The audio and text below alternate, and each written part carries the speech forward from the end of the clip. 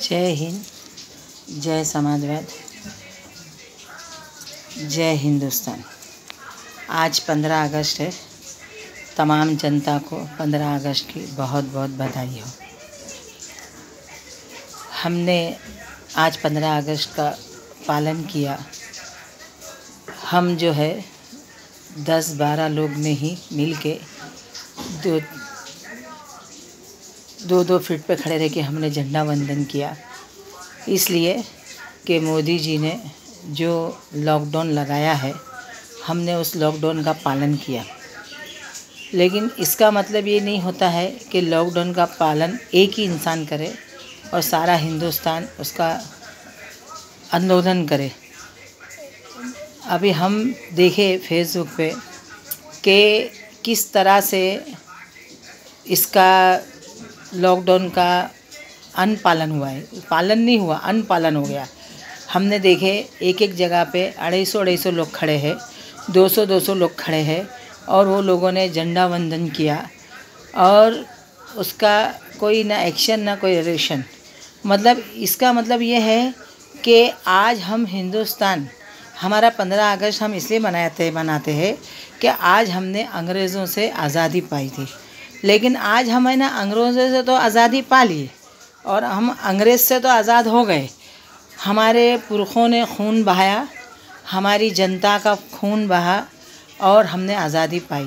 लेकिन आज हम अपने मुल्क में खुद ही कैद हो गए। आज हमारे अपना मुल्क है और हिंदुस्तान जो हमारा अपना एक जमहूरियत मुल्क है, जिसमें हर चीज़ की इजाज़त है कि आप अपने दिल की बात रख सकते हैं। तो हम लोग ने अपने दिल की बात रखा। रमज़ान में जब बोले आखिरी जुम्मा रमज़ान का था, अलविदा जुम्मा पढ़ने की इजाज़त दो तो नहीं दिए। रमज़ान ईद की नमाज की इजाज़त दो तो नहीं दिए। क्यों? कि बोले करोना है और एक से एक लग के नमाज पढ़ेंगे तो करोना हो जाएगा।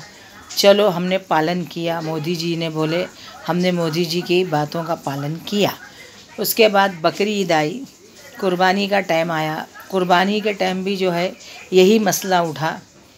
बहुत सारे गाड़ियों के बकरे मर गए, बहुत नुकसानात हुआ, व्यापारियों का परेशान हो गए। कोई ने तो ख़ुदकशी किया कि कई बकरे जो है अपने चेक नाकाओं पे गाड़ियाँ रोक के बकरे मर गए।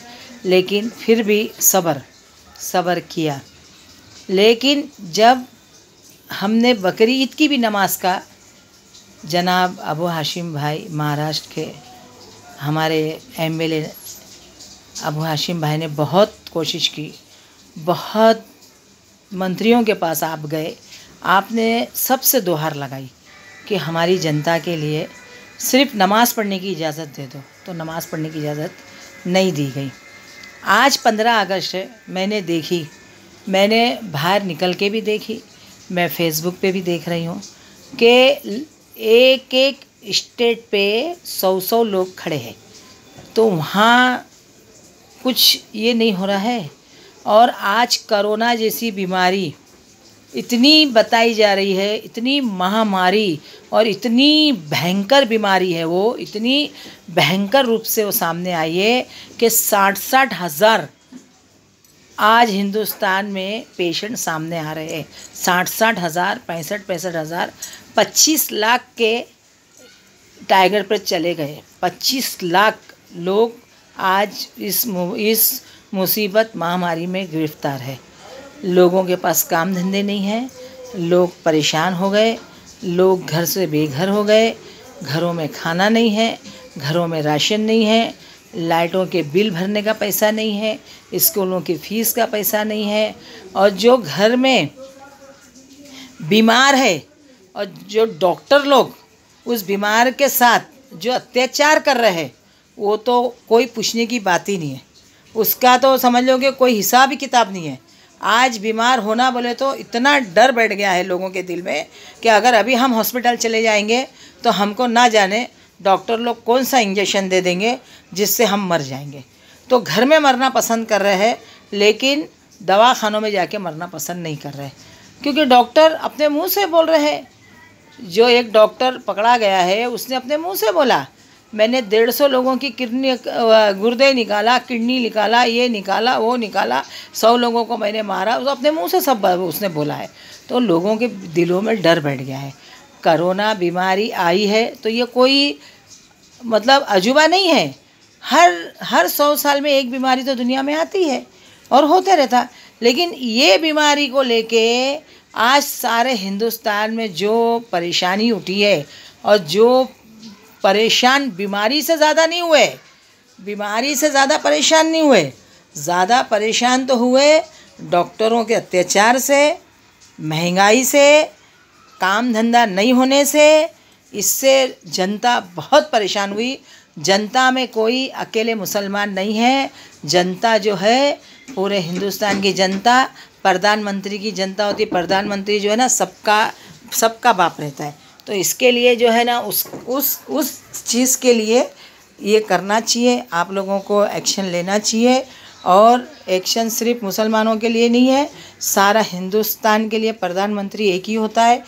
ये प्रधानमंत्री 10 साल नहीं 25 साल रहे, हमारे को क्या है, हमको इससे कोई ये नहीं है, हमको कोई आपत्ति भी नहीं है कि हमारा प्रधानमंत्री 25 साल रहेगा, 30 साल रहेगा। नहीं, अल्लाह उनकी उम्र में 100 साल की उम्र दे उनको, हमको उससे कोई मतलब नहीं। सिर्फ मतलब एक ही बात का है कि इंसाफ होना चाहिए। इंसाफ नहीं हो रहा है, हमारे साथ सौतलापन हो रहा है।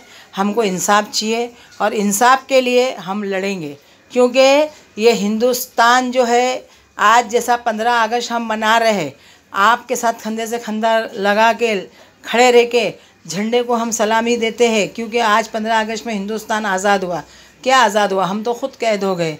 हमने अंग्रेज़ों को हकाला, हमारे पुरखों ने कुर्बानियाँ दिया, लेकिन आज हम अपनी कुर्बानी में खुद ही गिरफ़्तार हो गए, हम खुद ही परेशान हो गए हैं।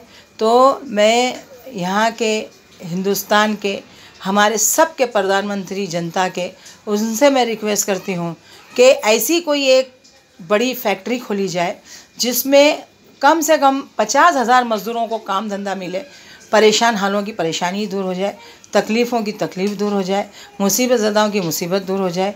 हम आप जैसे प्रधानमंत्री का स्वागत करते हैं और आपको जो है सलूट भी करेंगे, लेकिन कुछ तो इसका हल निकलना चाहिए। मैं अमीना सैयद, जय हिंद, जय समाजवाद।